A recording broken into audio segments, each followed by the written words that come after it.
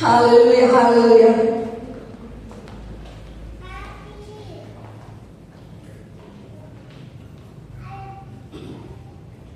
Bapak Ibu Saudara, dalam tahun 2025 ini ya kita harus lebih bersemangat untuk datang kepada Tuhan, ya. Kita sudah melewati 1 tahun, yaitu tahun 2024. Kalau kita tahu kita sudah melewati 1 tahun, Bapak Ibu Saudara, berarti kita menyadari bahwa kita telah menerima berkat 1 tahun. Detik-detik dalam kehidupan kita, setiap harinya Dia memberikan kita berkat. Karena tidak ada di antara kita satupun yang bisa melewati 1 detik pun tanpa pertolongan Tuhan. Amin. Oleh karena itu wajib hukumnya semua harus penuh dengan syukur datang kepada Tuhan. Apapun masalah Bapak Ibu Saudara, apapun yang ada di dalam pikiran Bapak Ibu Saudara pada saat ini, apapun yang mengganggu perasaan Bapak Ibu Saudara, apapun yang menjadi kesulitan Bapak Ibu Saudara pada saat ini, jangan sampai itu menghalangi kita untuk penuh dengan syukur kepada Tuhan. Amin. Amin. Kenapa? Karena Dia sudah menolong kita 1 tahun ini. Harus melimpah dengan syukur, dan di balik ucapan syukur ada keajaiban Tuhan yang akan kita terima. Baru-baru ini kita kan sudah mendengarkan ada kebakaran besar di mana? Di Los Angeles, California, ya. Itu kebakaran yang sangat besar, luar biasa. Di sana bangunan-bangunan, rumah-rumah mewah hangus begitu aja. Segala yang mereka punya di sana hangus begitu aja, Bapak Saudara. Saya percaya orang-orang di sana yang membangun rumah mereka di sana pasti penuh dengan pertimbangan untuk memperoleh keamanan. Tingkat pertimbangan mereka pasti sangat tinggi. Tentu mereka tidak akan berpikir bahwa mereka akan mengalami bencana sehebat itu, Bapak Ibu Saudara. Tetapi siapa yang tahu apa yang akan terjadi di depan kita? Siapa yang tahu apa yang akan terjadi di hadapan kita? Besok, 2 hari ke depan, 1 tahun ke depan, atau ya mungkin kita berpikir sampai 100 tahun sebelum itu terjadi. Apa yang akan terjadi? Kita tidak tahu. Kita tidak tahu apapun yang akan terjadi. Tapi yang jelas, Bapak Ibu Saudara, tahun 2024 kita sudah berhasil melewati semua karena pertolongan Tuhan. Sekarang kita diberikan kemurahan lagi, Bapak Saudara. Kita mendapatkan kemurahan yang baru, yaitu dapat melewati tahun 2024 dan memasuki tahun 2025. Yang meninggal tahun 2024, mereka tidak memperoleh kemurahan untuk sampai ke tahun 2025 ini. Tetapi Bapak Ibu Saudara, perlu pertanggungjawaban daripada kita. Kalau kita diberikan kehidupan sampai tahun 2025 ini, itu menunjukkan bahwa Tuhan masih mau melanjutkan rencananya di dalam kehidupan Bapak Saudara. Ada rencana Tuhan yang masih harus dilanjutkan lewat kehidupan Ibu Tekwi, Ibu Tuti, Pak Michael, Mas Afan, ya, Pak Adam, ya, Bapak Alex, semua, Bapak Gunawan, semua, Bapak Wijaya masih bisa bertahan sampai hari ini pertolongan Tuhan. Amin. Walaupun dalam kondisi seperti ini, apapun kondisi kita, Bapak Saudara, Tuhan masih ingin melanjutkan rencananya yang mulia dalam kehidupan kita. Jadi kita diberikan kehidupan sampai tahun 2025 ini bukan hanya sekedar untuk menikmati. Puji Tuhan, Tuhan masih kasih sayang kehidupan untuk menikmati apa yang ada di dunia ini, bukan, Bapak Saudara. Tetapi karena Tuhan mau melanjutkan rencananya, Tuhan mau melanjutkan visinya, Tuhan mau kita berjuang sampai di stadinya Tuhan dalam kehidupan kita.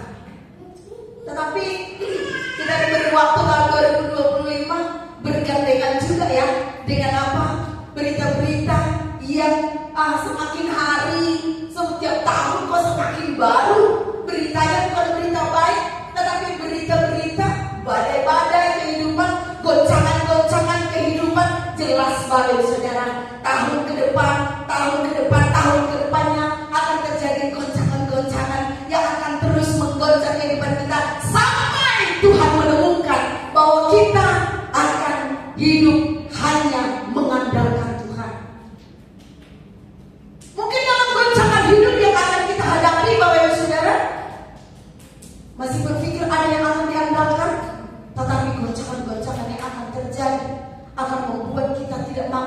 tidak bisa mengandalkan apapun yang ada pada kita. Oh, masih ada orang tua saya yang bisa saya andalkan. Orang tua, Bapak Saudara. Kemarin pulang kampung saya lihat orang tua semakin hari semakin merosot, semakin lemah, semakin tidak berdaya. Begitu juga dengan kita kan, semakin tambah usia, kok ada aja yang berkurang ya, tenaganya lah, apalah ya kan. Oh, saya masih punya anak saya cerdas, nanti saya bisa mengandalkan dia untuk hidup. Saya ketemu seorang ibu beberapa hari yang lalu, dia bercerita, dia bilang, kalau saya punya waktu, saya ingin merawat mertua saya, ya. Tapi kadang saya berpikir, dia bilang, kalau saya nanti yang tua, siapa ya yang merawat saya? Nah, karena dia melihat anaknya kok sepertinya tidak bisa diharapkan, gitu ya. Tidak seperti anak-anak yang lain yang begitu menghormati orang tua. Jadi dia mulai khawatir. Oke, bisa anak saya tidak seperti itu. Mungkin kita berpikir anak saya baik, saya bisa mengandalkan anak saya. Tetapi jangan-jangan Bapak Saudara, waktu anak kita lebih singkat daripada kita. Jangan-jangan dia lebih dulu yang dipanggil Tuhan daripada kita. Jadi kita tidak bisa mengandalkan apapun. Tuhan mau kita mengandalkan Tuhan sepenuhnya dalam hidup kita. Dan kita tahu Tuhan kita tidak akan pernah berubah. Kekuatannya tidak akan semakin melemah. Semakin waktu dia tidak akan semakin berkurang kekuatannya. Karena sudah dipakai oleh semua umat manusia, kekuasaannya mulai berkurang. Tidak, dia tetap selama-lamanya. Kuasanya tidak terbatas. Alfa dan Omega, selama-lamanya kuasanya sangat dasar tetap. Amin. Amin. Jadi wajar dan harus kita mempercayakan hidup kita kepada Tuhan. Kuasanya yang besar, kuasanya yang tidak terbatas, itu pun disediakan kepada kita semuanya. Kita diizinkan, bahkan diperbolehkan untuk mengalami keajaiban kuasanya dalam kehidupan kita. Yakobus 5 ayat 16 berkata, saya bacakan untuk Bapak Ibu Saudara, untuk kita semuanya. Doa orang yang benar bila dengan yakin didoakan apa? Pasti ingat ini ya, karena sering disampaikan di mimbar. Doa orang yang benar bila dengan yakin didoakan sangat besar kuasanya. Selama kita berdoa, sangat besar kuasanya. Kita diberikan kesempatan untuk mengalami kuasa Tuhan, Bapak Ibu Saudara. Tetapi yang menjadi masalahnya apa? Berdoa enggak, gitu ya. Berdoa enggak, itu masalahnya. Kemudian Mazmur 115 berkata ayat 13, Dia akan memberkati mereka. Mungkin boleh muncul Mazmur 115 ayat 13. Ini kita baca bersama-sama yuk. 1, 2, 3.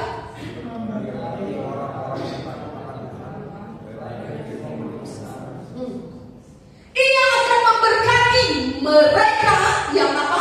Yang takut akan Tuhan, baik kecil maupun besar. Siapapun yang takut akan Tuhan akan mendapatkan berkat Tuhan. Berkat Tuhan jangan hanya berpikir tentang keuangan, kesiapan untuk menghadapi masalah di depannya, kesiapan untuk tetap mengatur hati bersyukur. Itu adalah berkat Tuhan, kekuatan dari Tuhan, Bapak Ibu Saudara. Ya, Ia akan memberkati mereka yang takut akan Tuhan. Yang takut akan Tuhan, baik kecil maupun besar, semuanya diberkati. Tapi yang menjadi masalahnya adalah kita takut nggak sama Tuhan. Nah itu dia, ya.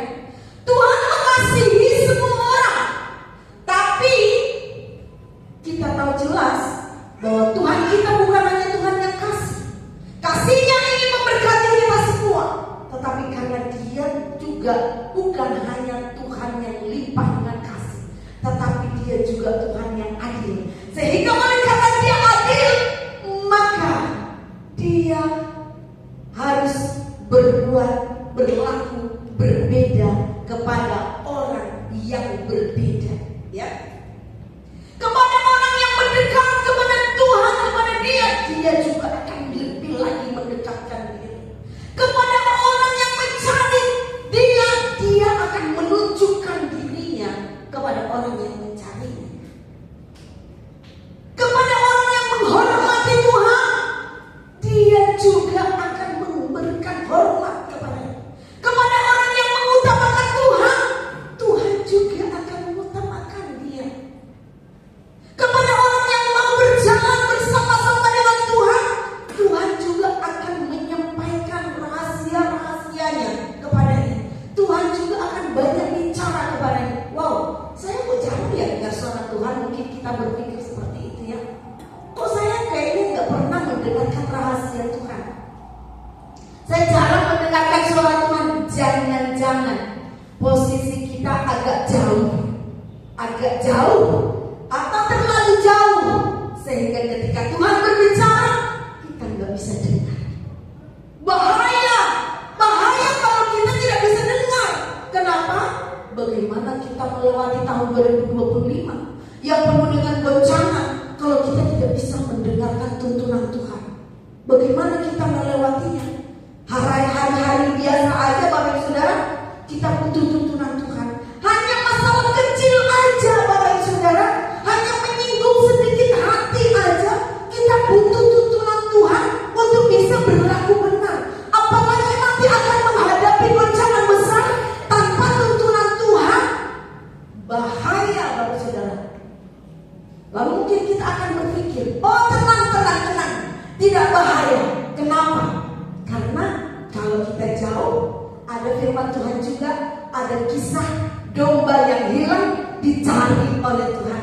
Tenang, masih ada Tuhan yang akan mencari kita. Kita akan ditemukan. Saya katakan pada saat ini, tidak semua yang jauh akan dicari-cari. Gimana bisa kok gitu? Mari kita baca firman Tuhan. Matius 18 ayat 12 sampai 13. Matius 18, hari ini saya berikan tema firman Tuhan, ya. Tuhan mau Anda lebih inisiatif, ya. Tuhan mau kita lebih inisiatif, ya. Matius 18 ayat 12.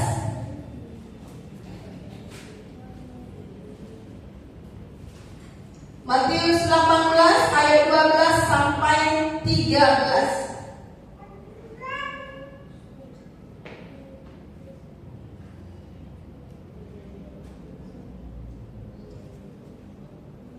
Baik, kita baca Bapak Ibu Saudara ayat 12, saya ayat 13.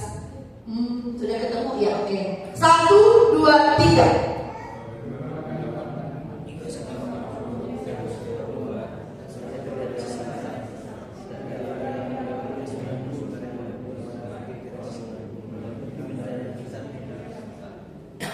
Dan aku berkata kepadamu, sesungguhnya jika ia berhasil menemukannya, lebih besar kegembiraannya atas yang seekor itu daripada atas yang ke-99 ekor yang tidak sesat.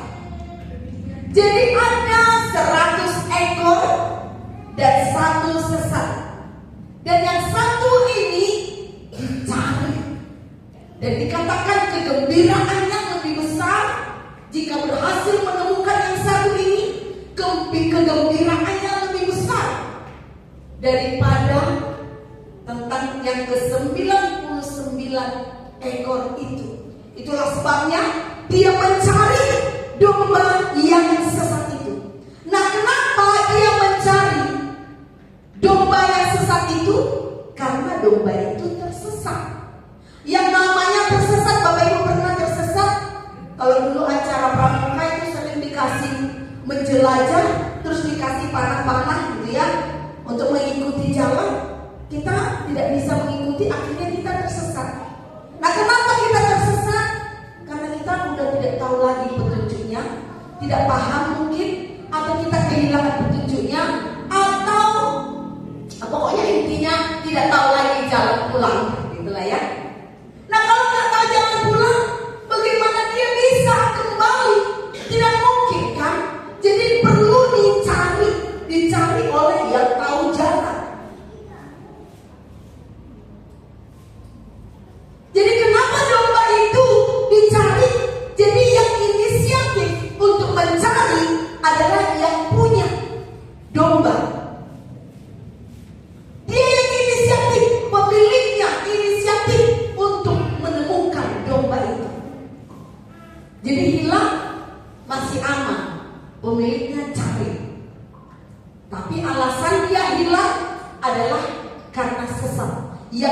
sesat artinya tidak tahu jalan pulang.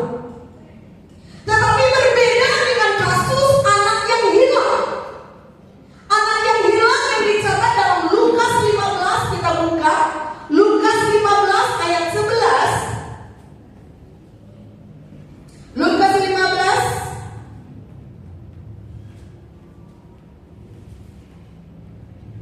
kasusnya beda, ini anak hilang ya. Lukas 15 ayat 11 sampai 32, tapi kita tidak baca semuanya. Dengan ayatnya itu banyak sekali ya. Lukas 15 ayat 11 sampai 32 ini adalah kisah tentang seorang ayah yang memiliki 2 anak. Kemudian anaknya yang bungsu minta warisan. Setelah dia minta warisan, dia pergi jauh. Katanya dia pergi jauh. Ngapain dia pergi jauh? Menghabiskan hartanya. Harta siapa? Harta bapaknya yang dia telah minta. Dia habiskan di negeri jauh. Dia berpoya-poya menikmati hidup sesukanya. Dengan harta siapa tadi?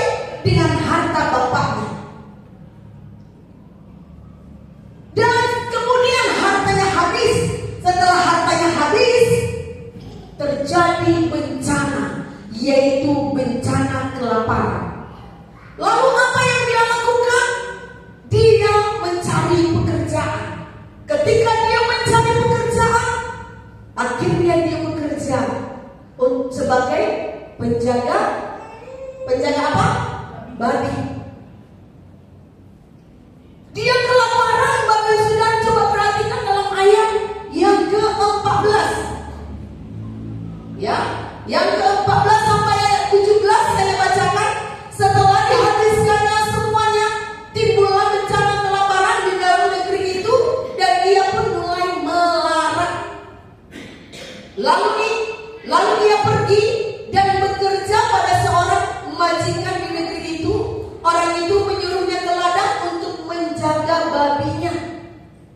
Lalu dia ingin mengisi perutnya dengan ampas yang menjadi makanan babi itu, tetapi tidak seorang pun yang memberikannya kepadanya. Dia kehabisan uangnya dan melarat. Tidak bisa makan, sampai makanan babi pun dia tidak bisa dapatkan. Berarti dia lebih melarat daripada apa? Binatang. Hidupnya lebih melarat daripada binatang. Binatang aja masih dipelihara orang, ya kan? Berarti hidupnya lebih rendah daripada binatang. Saya percaya ketika dia mencari pekerjaan, tidak ada orang yang cari pekerjaan langsung jadi penjaga babi. Paling enggak, kalau tidak punya skill, ya karyawan jaga toko apa, ya, yang lebih di atasnya. Tapi kalau sudah tidak ada lagi, dia siap merendahkan dirinya jadi penjaga babi aja nggak apa-apa. Yang penting makan. Artinya dia sudah mengeluarkan kemampuannya untuk bertahan hidup. Ternyata tidak berhasil, baru saja. Seluruh kemampuannya sudah dikerahkan untuk bertahan hidup aja nggak mampu. Lebih rendah dari binatang pun dia tidak bisa, karena dia tidak dapatkan makanan babi pun dia nggak dapat.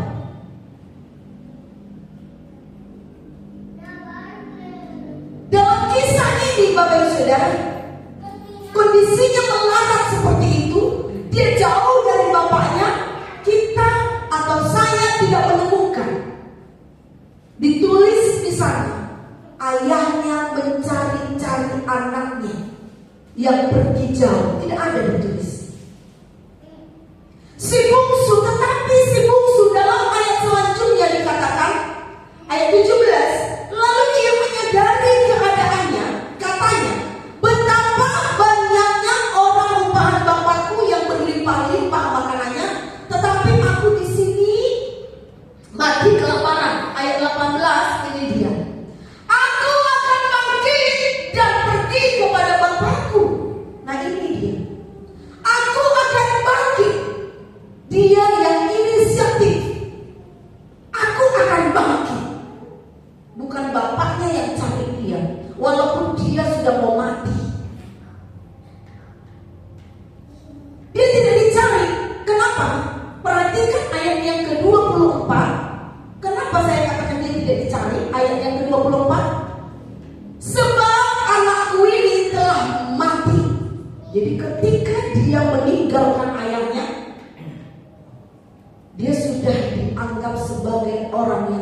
akan mati.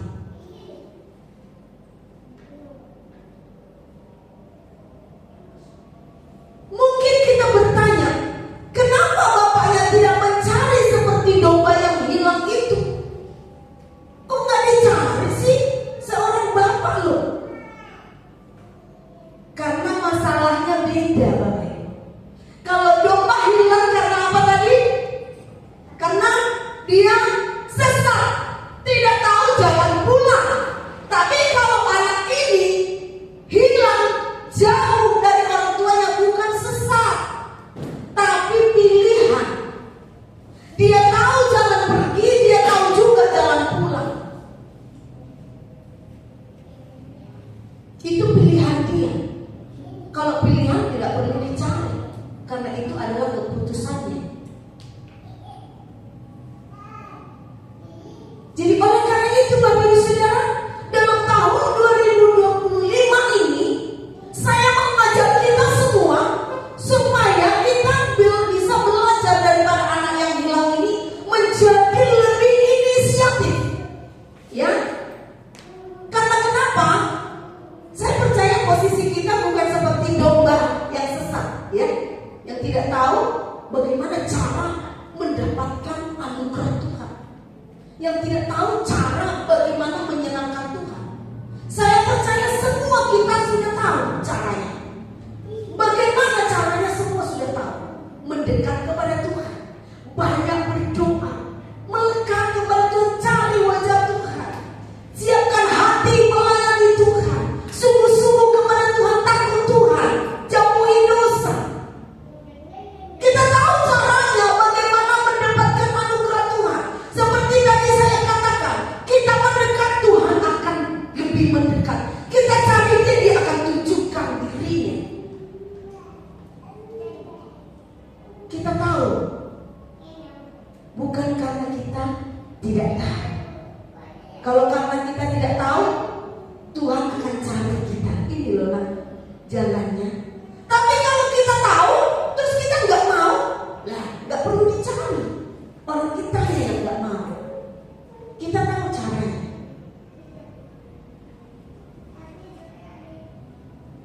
Bapak Ibu Saudara, mungkin kadang-kadang kita seperti anak yang hilang ini.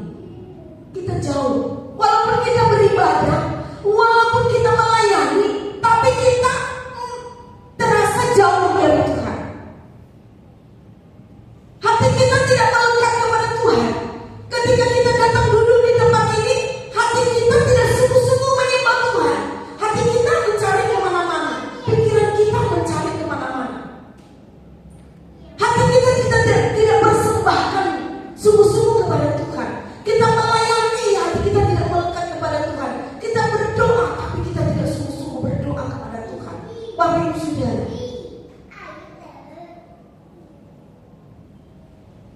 kita mungkin seperti anak bungsu ini. Kita pakai semua kekayaan Bapak kita. Kita berjalan setiap hari dengan perlindungan Tuhan. Kita melewati hari-hari kita bertahan hidup dengan berkat dari Tuhan. Tapi hati kita tidak melekat kepada Tuhan. Siapa di antara kita yang masih berusaha untuk mendengarkan suara Tuhan? Siapa yang di antara kita selama tahun 2024 ini masih rindu mendengarkan suara Tuhan? Masih mempersiapkan waktu Tuhan?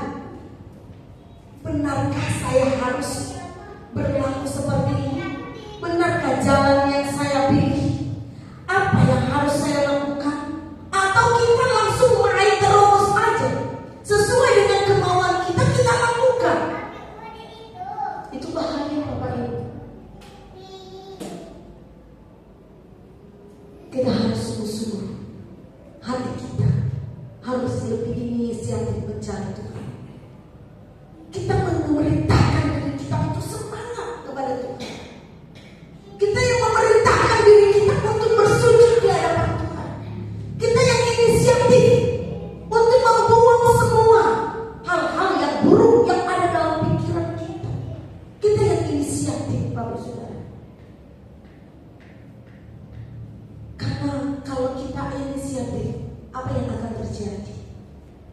Kita baca ayat 22 sampai 23.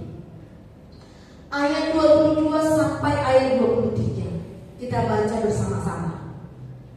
Ayat terakhir, semua baca. 1, 2, 3.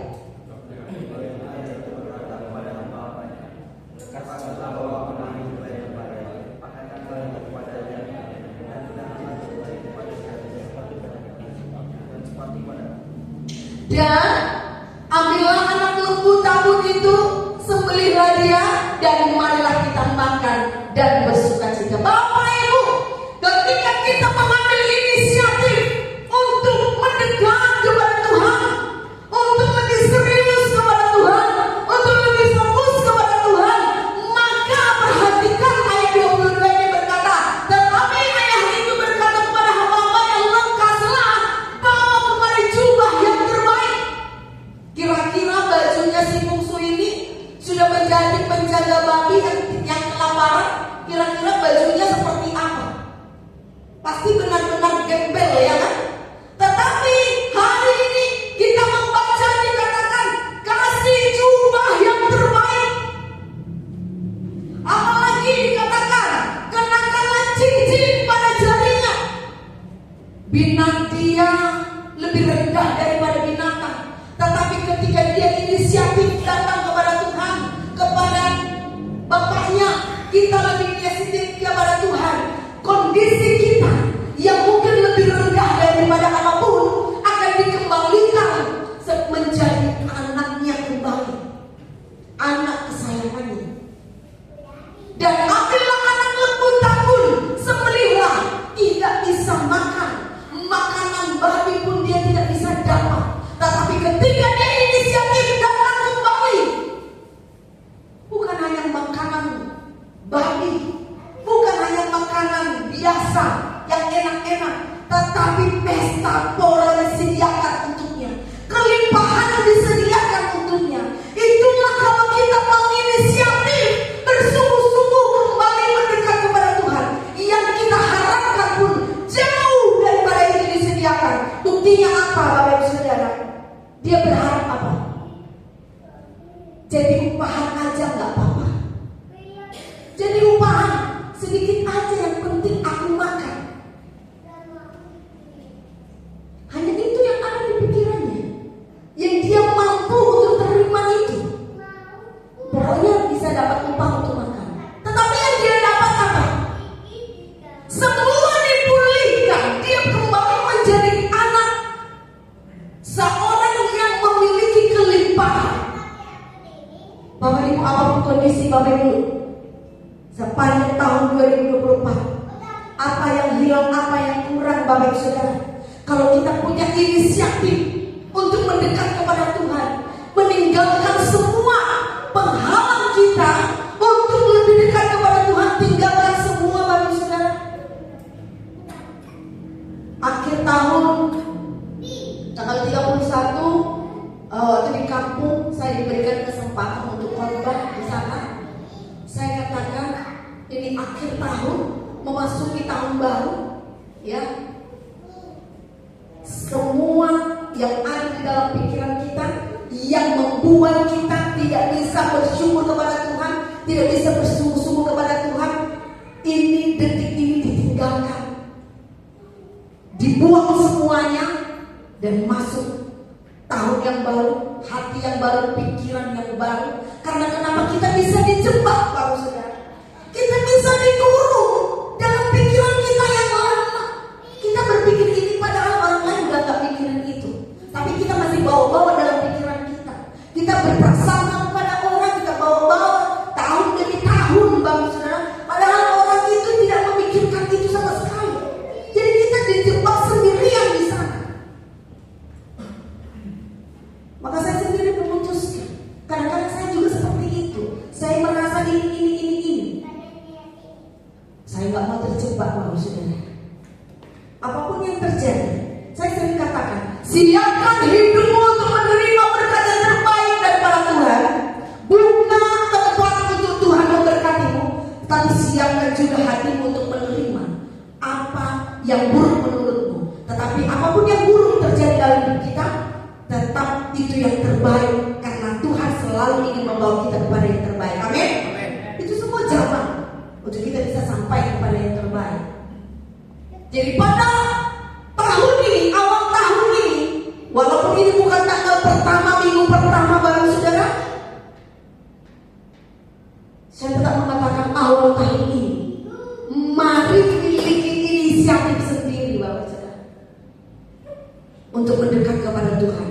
Supaya apa? Supaya keadaan kita dipulihkan.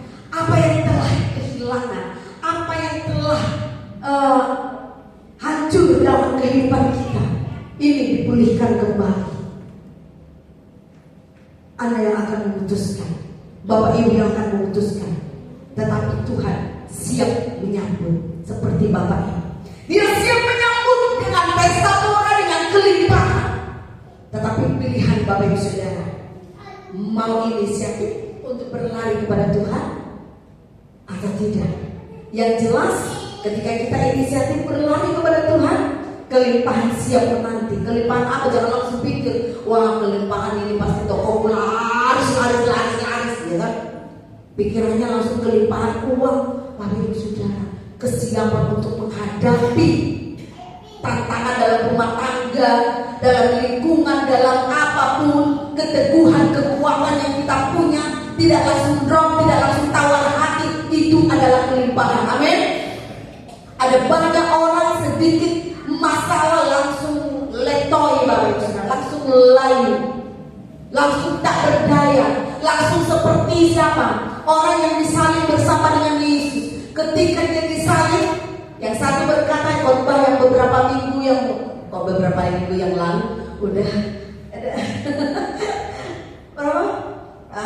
akhir tahun lalu lah ya, kira-kira dari November apa Desember, saya sampaikan itu orang yang disalib ada dua di kiri kanan Tuhan Yesus. Yang satu berkata, Tuhan, ya, jika Engkau datang sebagai Raja, ingat aku.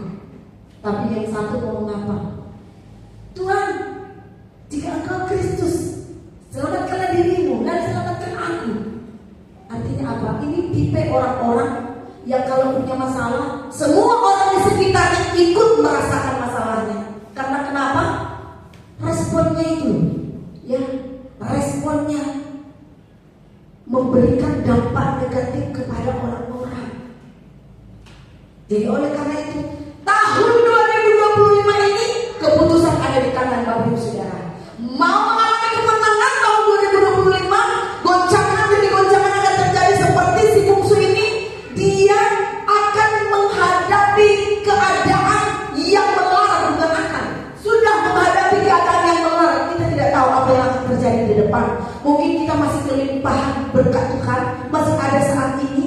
Mungkin masih kuat, masih bisa melakukan aktivitas segala macam, ya. Nggak tahu apa yang akan terjadi di depan, bencana apa yang akan datang. Kalau bukan karena perlindungan Tuhan, Bapak Ibu Saudara, kita akan melarat seperti si bungsu. Oleh karena itu, pilihan ada di tangan Bapak Ibu Saudara. Saya ajak seluruh jemaat Tuhan di tempat ini, mari inisiatif dirimu, pilihlah untuk mendekat kepada Tuhan. Pilihlah untuk serius lagi kepada Tuhan. Pilihlah untuk lebih bersungguh-sungguh. Tanggalkan semua penghalang Bapak Ibu Saudara untuk kita lebih sungguh-sungguh. Apapun itu yang ada dalam hati, dalam pikiran, dalam lingkungan, dalam apapun Bapak Ibu Saudara, tanggalkan. Datang kepada Tuhan dengan penuh syukur setiap waktu. Segala sesuatu yang terjadi dalam kehidupan kita, jikalau kita berjalan bersama dengan Tuhan, semuanya akan menuju kepada kebaikan. Katakan amin. Amin. Demikian firman Tuhan. Mari kita berdoa hari ini.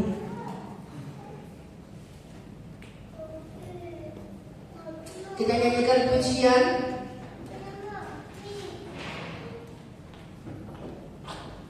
yang terakhir tadi, waktu berlimpah.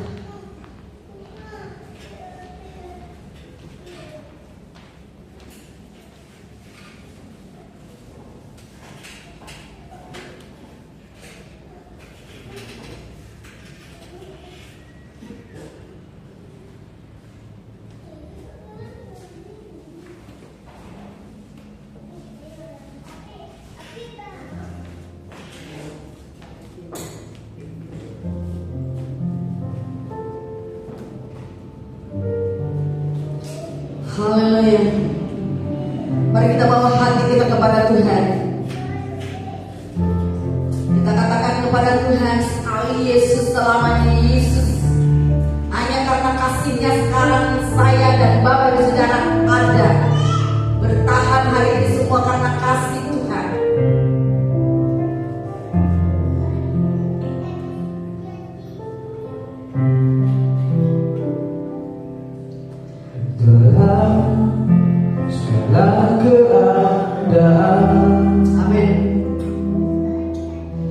waktu berlimpah maupun kurang,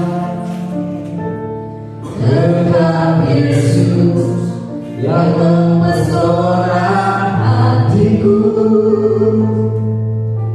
Dia beri damai dan kesempatan baru di setiap musim kehidupan. Waktu ku kuat maupun lemah, tetap Yesus yang mempesona hatiku. Dia beri damai dan kesempatan baru. Sekali Yesus, selamanya Yesus, harapan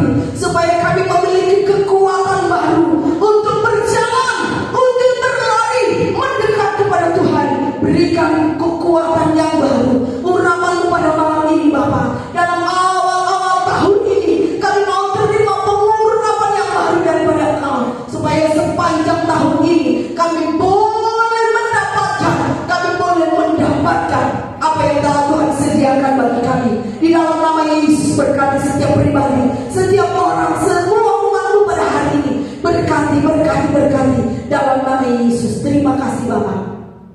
Terima kasih Yesus. Terima kasih, terima kasih, terima kasih.